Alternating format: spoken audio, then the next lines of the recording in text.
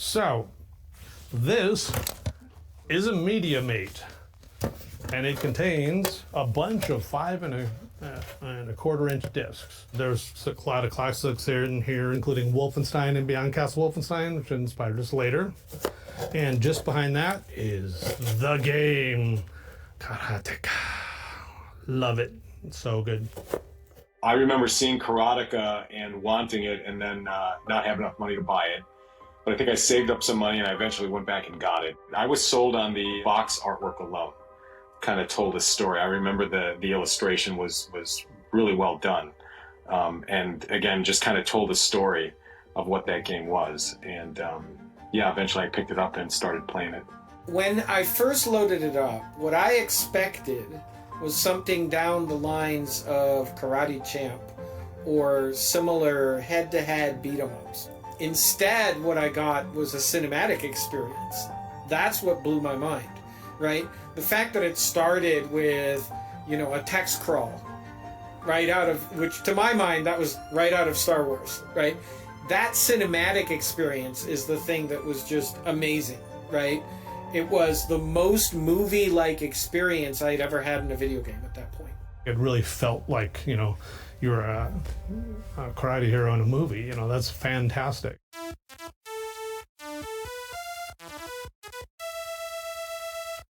All the other things feel like bleeps and bloops, and this is like, movie making. It was amazing. Yeah, I was just very impressed by the fluidity of the animation. And the kicks look great. The punches look great. They were always capped off with a little bit of a sound, a little kia. Yeah, the fluidity of the motion, I think, really set the stage for the rest of what I had consumed about that game. The animation was cool, and that was very innovative, obviously, at the time. The process and the beginning of animation getting better and better, right? And more cinematic. Taking cues from the movie industry. But I think the storytelling was probably one of the first. I can't think of another game at the time that had that element to it. The characters were not little sets of pixels. They, in fact, were fully formed individuals. They had personalities. They had strengths and weaknesses. You've got to remember the level of graphics that people were doing at that time, and they were on the sophisticated side for that time. Karateka was historically a very significant game, and it saw the future before anybody else did.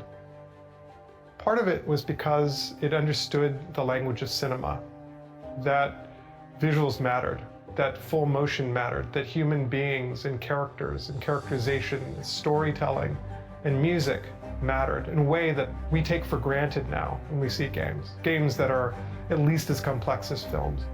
A common knock against a lot of game developers today is that they want to be movie makers. But gosh, you could almost look at Karateka as sort of the original apple from the tree of knowledge there.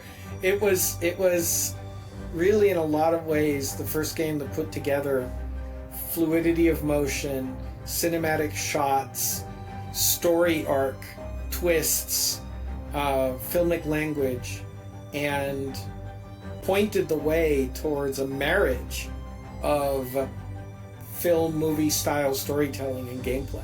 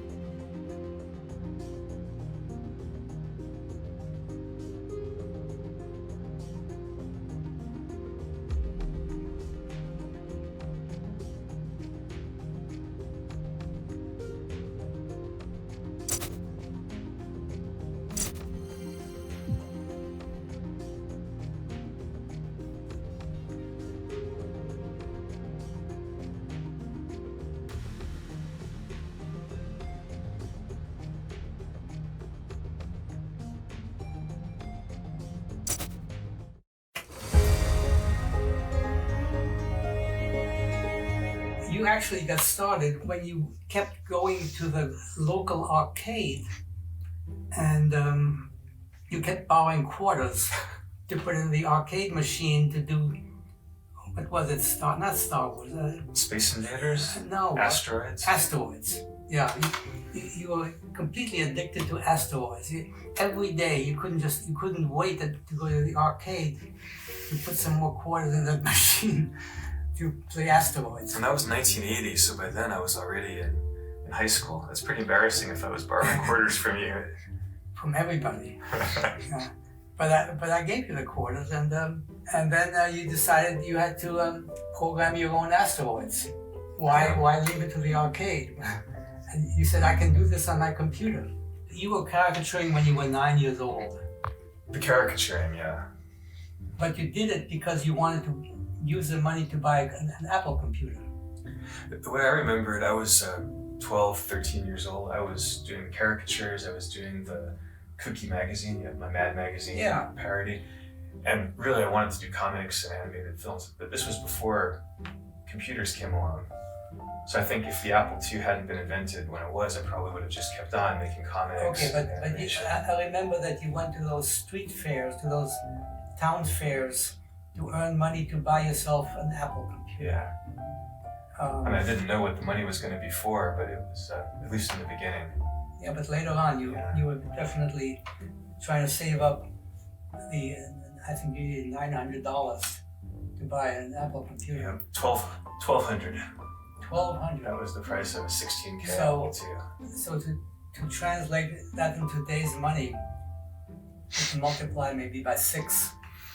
That's real money. I knew it was all the money I had. Yeah. And then even after doing the caricatures, Then you I borrowed didn't from have Emily it. Yep. to get for the last $100. You borrowed it from Emily.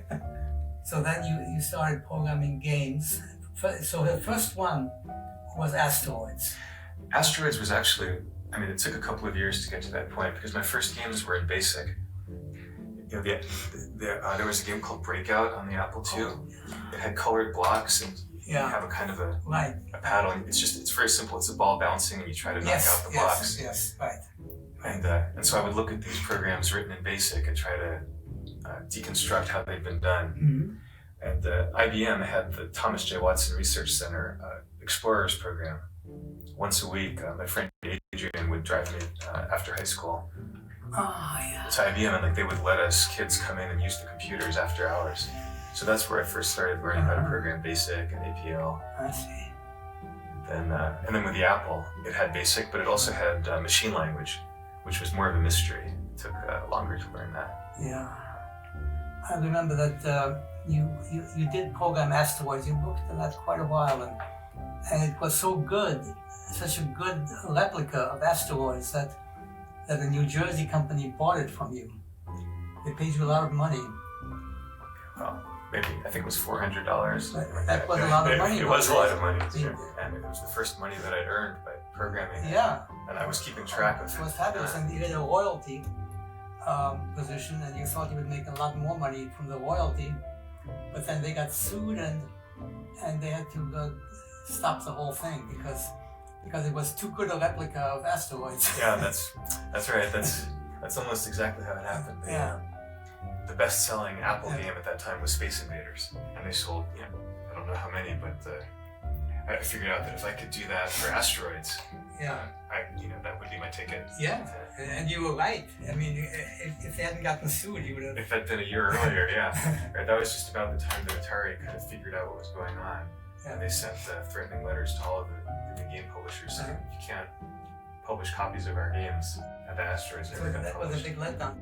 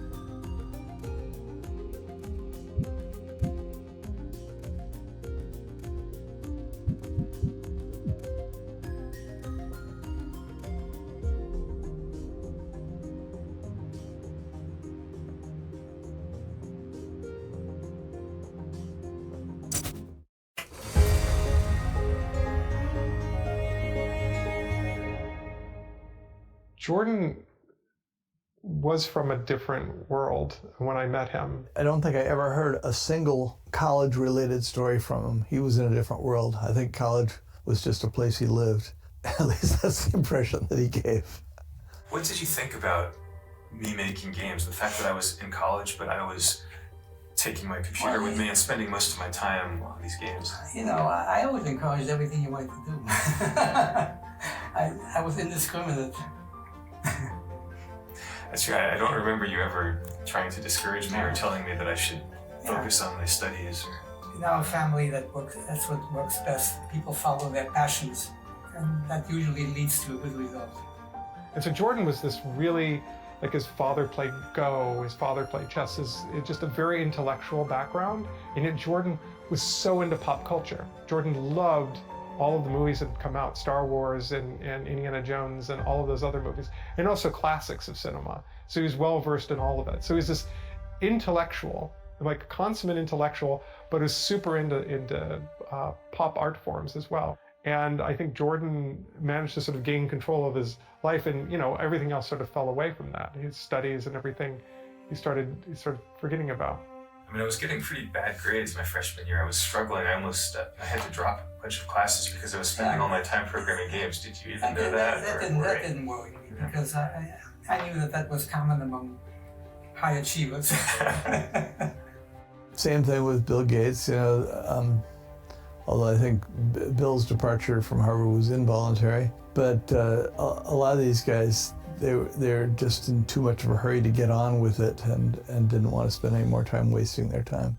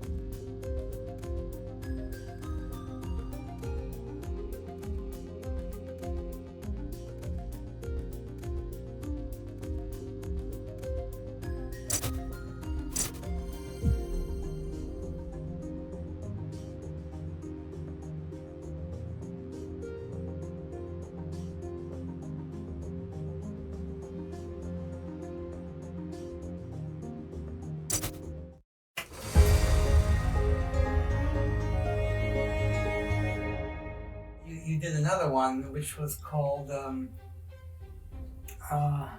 Deathbounce, right? Yeah, amazing. I'm amazed you can remember that. Yes, it was Deathbounce. Deathbounce, yeah.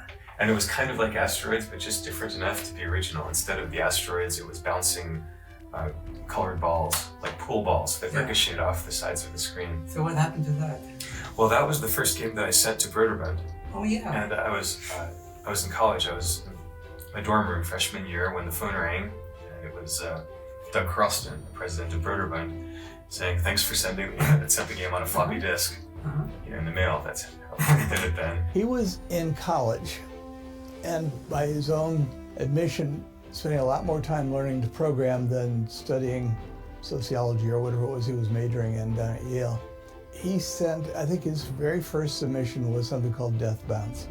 And I actually thought he was a pretty good coder, especially for somebody who obviously wasn't doing it full time. Although it turned out he was doing it a lot more full time than I realized.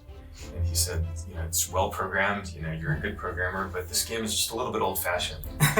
There was no plot, there was no story, there was nobody you cared about, there were just balls bouncing around doing different things. And although you could get away with that, I just thought it would be a much better product, not that particular one, but if he would try to come up with a storyline, a backstory for what he was doing. I did try to make it as much a not rejection as I could by telling him that I thought he was a keeper and he just needed to work on something that was a little bit different. I got that phone call and he said, "I'm going to send you our new game, which is a big hit called Choplifter, so you can see what this year's games look like." That was Danny Gorlin, and it was a straight submission. And initially there wasn't a game. He just was really interested in what it would take to make a joystick fly a helicopter on the screen. And then he added a little rescue thing, and we eventually, with him, turned it into a game. And Choplifter was, you controlled a helicopter, and the idea was to rescue hostages. Oh yeah. It was kind of based on the Iran hostage crisis. Mm-hmm. And you had to fly your helicopter and rescue these little, 8-pixel high characters who were running around in the desert.